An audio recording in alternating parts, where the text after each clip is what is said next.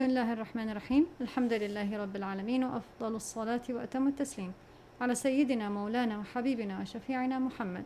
This is lesson 4 of our series entitled Signs in the Story, in special dedication to Imam al-Hussein على نبينا وآل بيت النبوة أفضل الصلاة وأتم التسليم. The theme song for the upcoming sequel Wicked for Good, expected to be released on November 21st, 2025, captures a bitter truth, where no good deed goes unpunished. This isn't just poetic irony, it's a piercing diagnosis of a world turned upside down. In ego-driven systems, where power is preserved through illusion and control, the purest hearts often endure the hardest blows. These are not societies anchored in divine truth, but in domination, where the wine of the world is exalted over the chalice of divine love, where virtue is feared as a threat, and where the logic of power roars louder than the power of logic.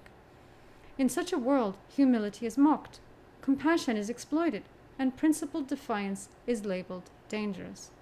To them, the mirror is a weapon, and those who hold it, prime targets.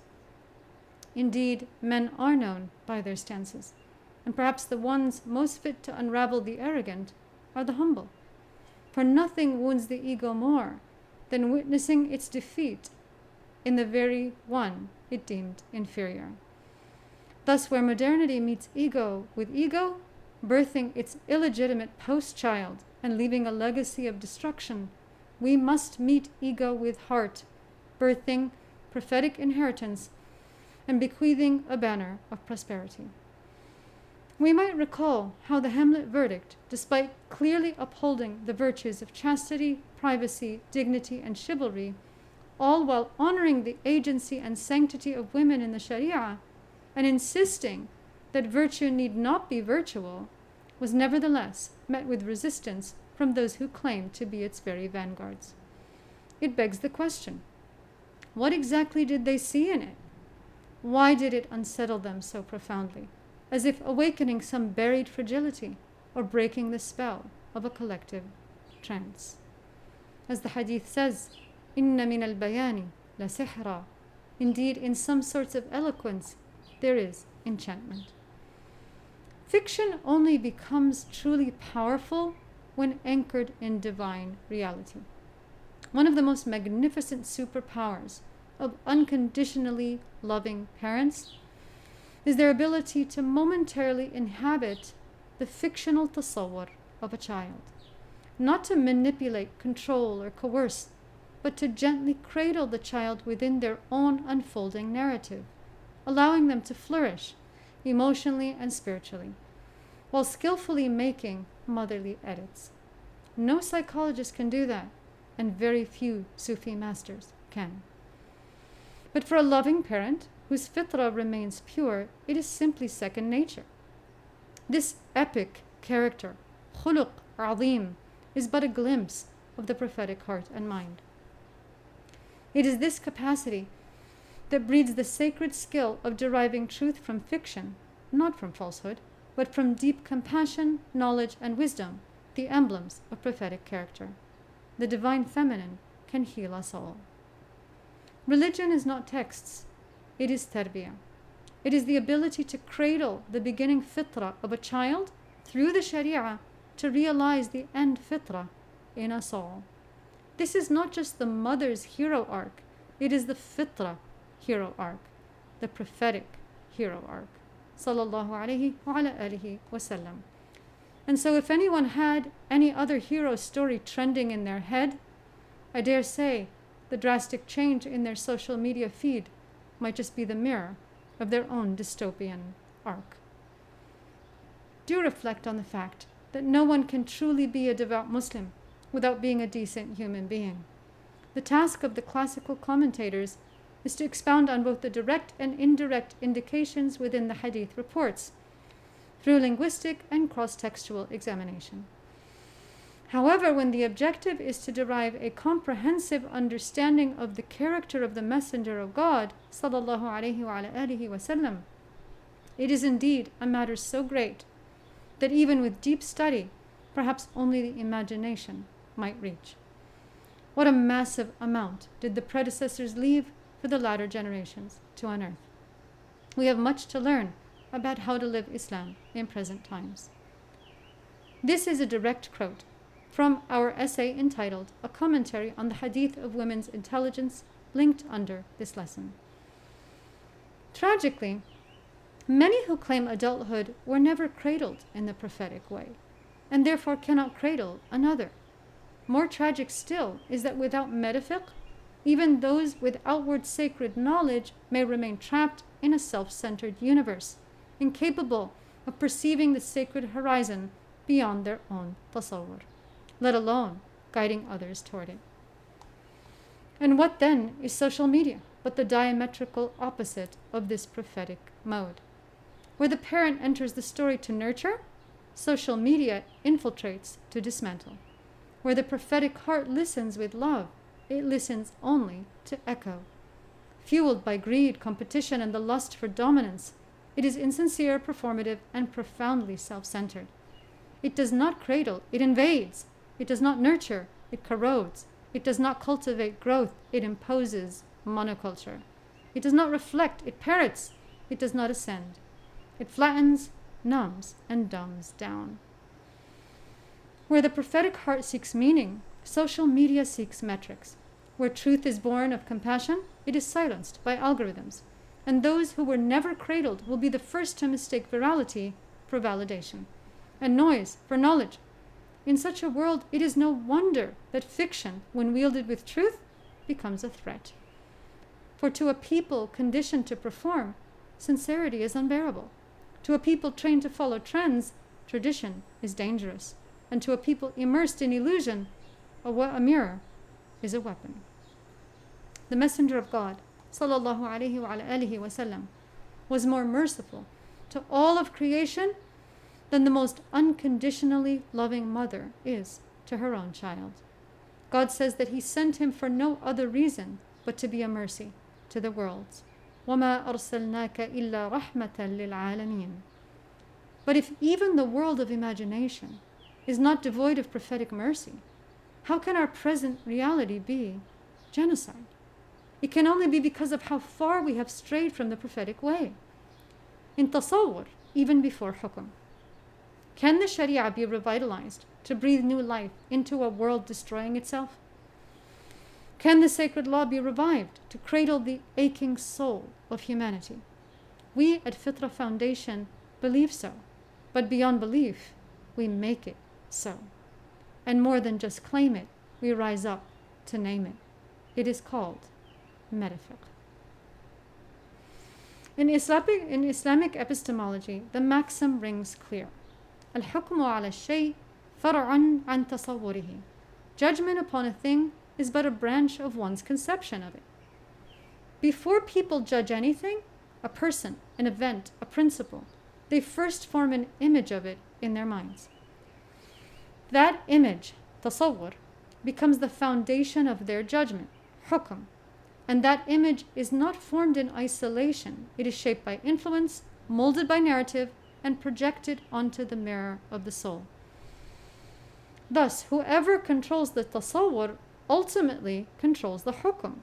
Whoever shapes the narrative shapes public opinion. Whoever owns the scientific data dictates the conclusion.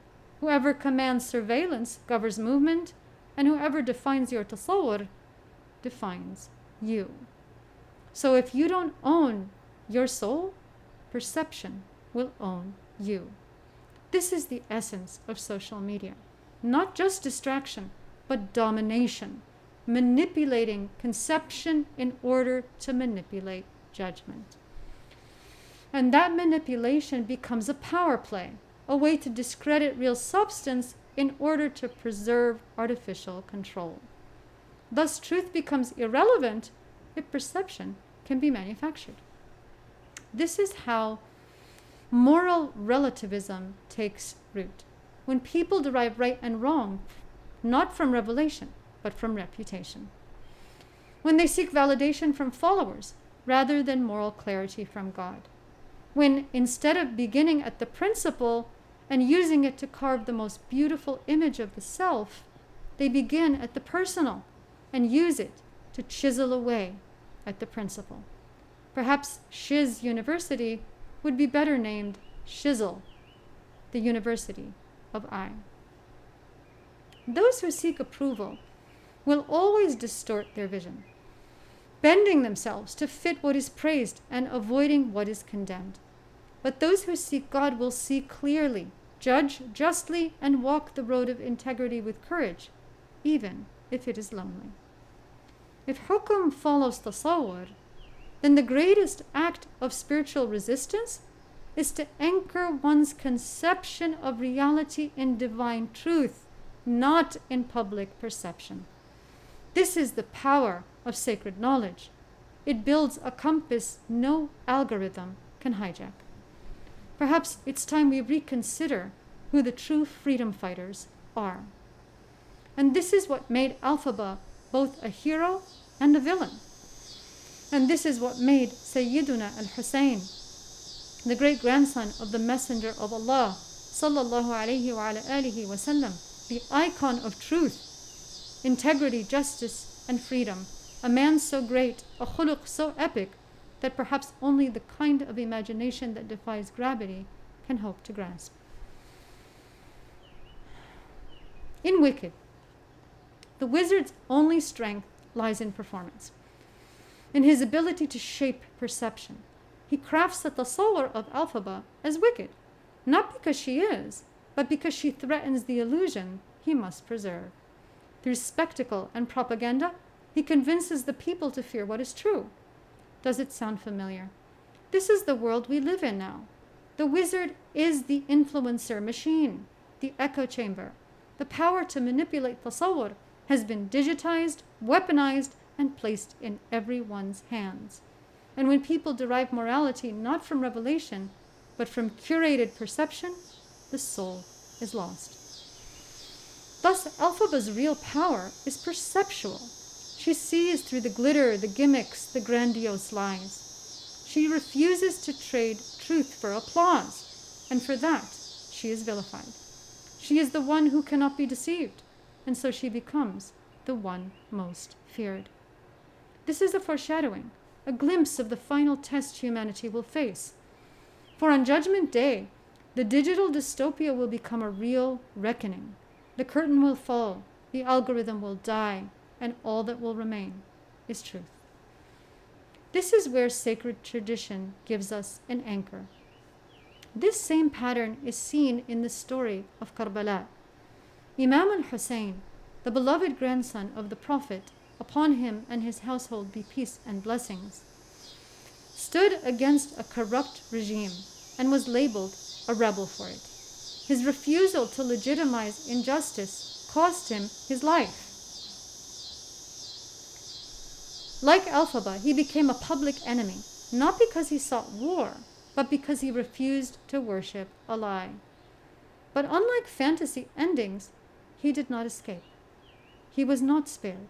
The battlefield was real, and so was the loss. And yet his martyrdom became a mirror. And through it, a generation saw itself. A mirror propped up to the world to see its green face and to choose, shall it be the green of envy or the green of prophetic prosperity? Imam al-Hussein, alayhi salam, did what even the greatest legends in history cannot dream of duplicating. He entered an arena marked by the lowliest lure of the ego with the highest himma of heart. And that is why his story holds such deep soteriological significance.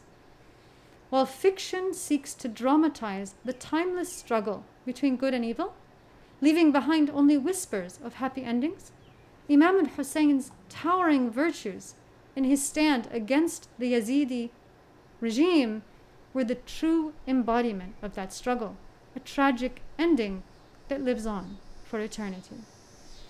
And so, his story, like that of Alphaba, forces us to ask a searing question. Why? Why does the truth only win in fiction? Why must we retreat to imagination to find virtue? Could it be because we're no longer living reality?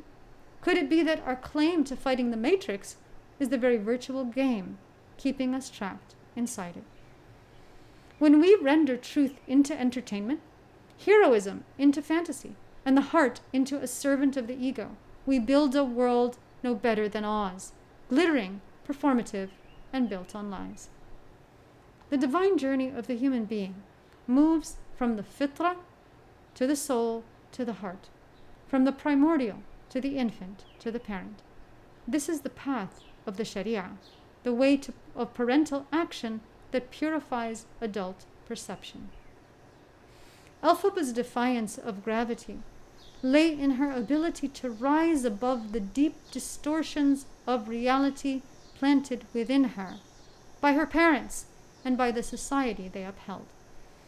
In her, the reversal of reality converged, and yet through the extraordinary magical purity of her soul, she single-handedly turned the whole world right side up. If this is how she is described in the realm of imagination, where stories are spun for profit and praise, then what could possibly capture the stature of a man who lived that truth in reality and paid for it in countless ways? Join us in part 2 of this lesson tomorrow as we continue to defy gravity.